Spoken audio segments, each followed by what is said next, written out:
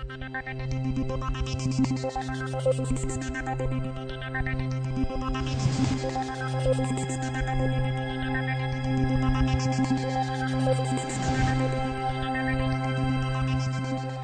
you all for coming. This is a strange format, but I think I explained some of it last night to some of you. I hope it's going to work out today. It's basically we're trying to create a conversation here to discuss this extraordinarily important topic.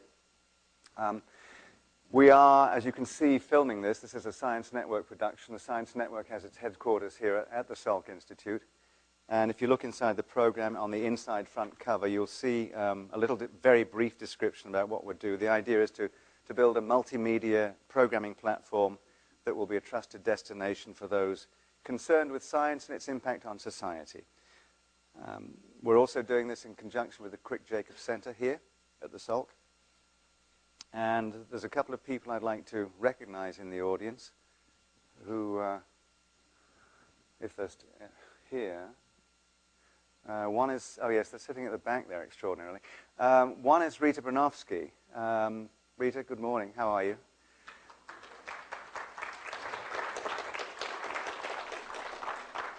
I suppose if there's any reason, one reason that I could lay to actually standing here doing this morning, it's watching the ascent of man in England growing up as a kid and just thinking what an extraordinary production that Jacob Bronowski did. And thinking, I wonder if one could make a living doing that sort of thing. Looks really impressive. So I was completely taken by what Bruno did there, and got to know the family. And this is a sort of a full circle for me to be back here at the Salk Institute, where of course Bruno came and was a deputy director and instigated some programs which were very much about the communication of science, the two cultures, and the intersection of science and society issues. So this is, to me, the place to be doing this kind of program, and it's sort of a tribute to Jacob Bronowski and to Rita that we're doing this, and also, of course, to Francis Crick, one of the first people I met in coming here in 1976 to talk to people about Bronowski. In fact, was Francis. Sadly, no longer with us, but again, you'll see the description inside the front cover about the Crick Jacobs Center. And we're extremely happy that Odile Crick is here this morning as well.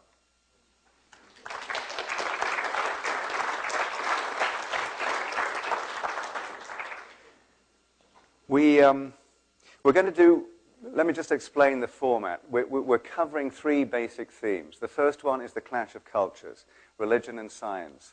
Is this, in fact, a zero-sum game, or is there some compatibilist position that we can find? The second broad theory, the broad thread, is can we be good without God? So how do you get morality? Is there some evolutionary explanation, or do we actually have to have a religious explanation? And the third strand is, if not God, then what? What do we do in terms of these, what people have called spirituality? What do we do about meaning? How do we talk about purpose? What do you do, in fact, as we say in the program here, can science help us create a new rational narrative as poetic and powerful as those that have traditionally sustained societies? Those are the three basic topics that we'll be dealing with. We will be dealing with topic one to begin with, which is the clash of cultures, and Steven Weinberg will lead off on that. And then after the break, we'll go on to the third one, the if not God, then what, which is actually a natural segue. We'll hopscotch over the morality issue and do that this afternoon when Richard Dawkins arrives, which will be about 11 o'clock. Just one thought. There was a terrorist plot, an extremist religious plot, uncovered on November the 4th, last night, in fact, in London. The perpetrators had put a huge amount of gunpowder under the Houses of Commons. And the leader was, in fact, they managed to get in there. I don't know if you know this story, but they managed to get in there because there was the space under the Houses of Commons was for rent. And you could just go and rent space under there. So these people cheerfully wheeled in great crates of gunpowder and so on and so forth. Somebody was a weasel and let the story out, and the person who was the ringleader, a man called Guy Fawkes, was apprehended. This is in England when I was growing up. Today, November the 5th, is is Guy Fawkes Day, Gunpowder Plot, when this group of Catholic extremists tried to blow up the Houses of Commons. So this kind of clash of cultures, if you like, clash of religions has been going on for a long time. I'm not sure that we're going to be able to solve it all in these 2.5 days, but I certainly hope that in the Enlightenment tradition we'll be able to throw some more light on it. With that, the other thing I'd like to say is that I'm not going to spend a lot of time with honorifics and descriptions of who people are. You can get most of this from the program, which explains the whole story. Steven Weinberg, very briefly though, is Professor of Physics and Astronomy at the University of Texas, Austin.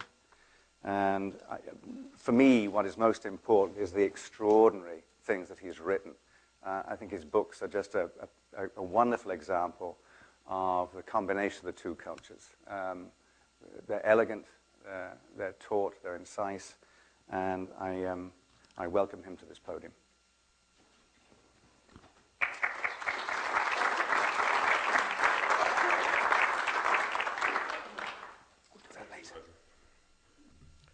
Well, as shown by the fact that we're here on a beautiful day inside talking about these things, the tension between science and religion, this old problem, is still with us.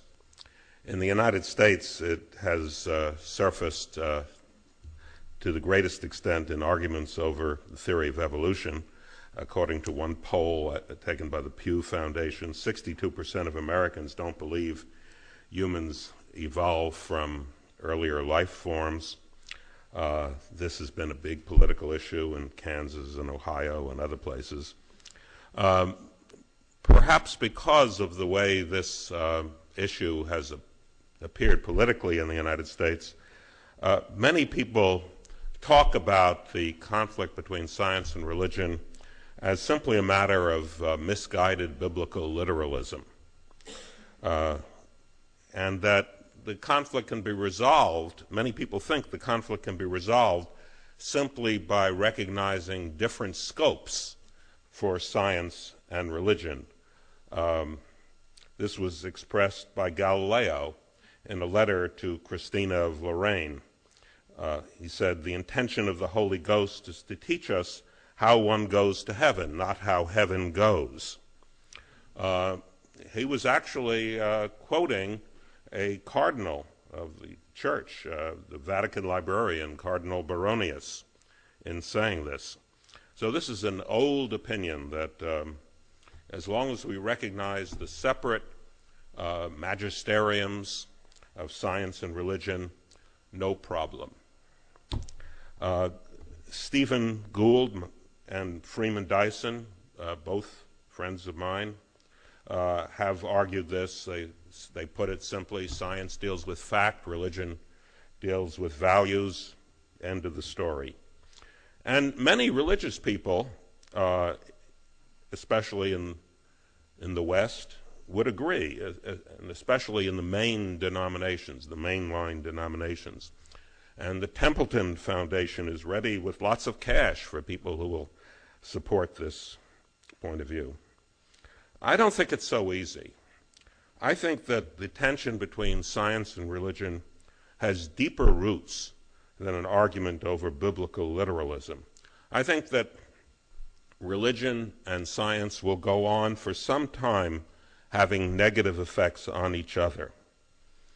For one, it's clear biblical literalism is not the only problem, because it's an ancient problem that has been met and solved many times in the past.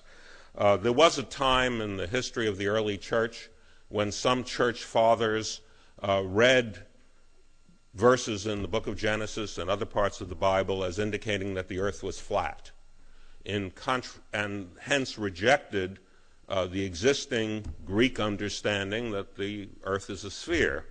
But this was resolved. These people really didn't care very much what the shape of the earth was.